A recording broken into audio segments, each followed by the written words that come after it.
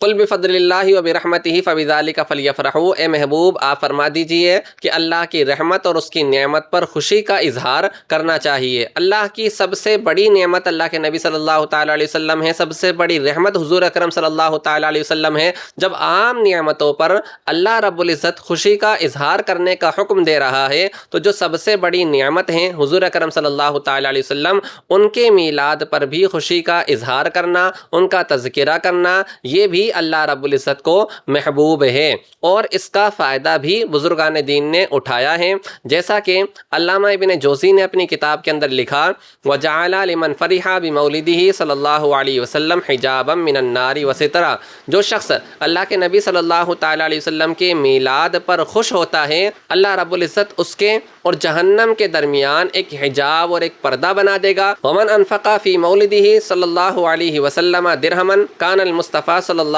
علیہ وسلم شافعا و مشفعا، اللہ کے نبی صلی اللہ تعالیٰ علیہ وسلم کے میلاد پر جو شخص بھی ایک درہم بھی خرچ کرے، اللہ کے نبی صلی اللہ تعالیٰ علیہ وسلم اس کے شفیع ہوں گے، اس کی شفاعت کروائیں گے، اور حضور اکرم صلی اللہ تعالیٰ علیہ وسلم کی شفاعت اس کے حق میں سنی بھی جائے گی۔ وَأَخْلَفَ اللَّهُ عَلَيْهِ بِكُلِّ دِرْهَمٍ عَشَرًا، اور جو شخص اللہ کے نبی صلی اللہ تعالیٰ علیہ وسلم کے میلاد پر ایک درہم بھی خرچ کرے، اللہ رب العزت اس کو ایک درہم خرچ کرنے کے عوض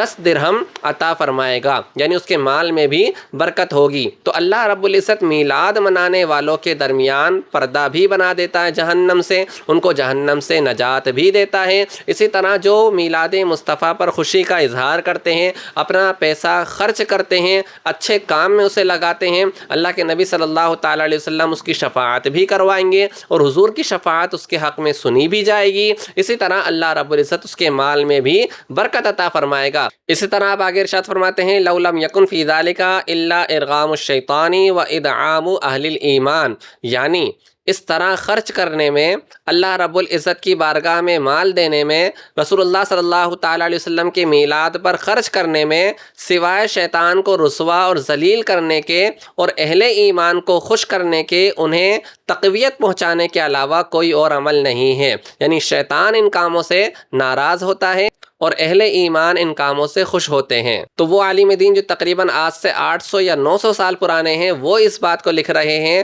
تو اب یہ جو شعر پڑھا جاتا ہے، نثار تیری چہل پہل پر ہزاروں عید ربیع الاول، سوائے ابلیس کے جہاں میں سبھی تو خوشیاں منا رہے ہیں، یہ انہی کے اس قول کی ترجمانی ہے، اس کا الزام بریلویوں پر نہیں لگانا چاہیے۔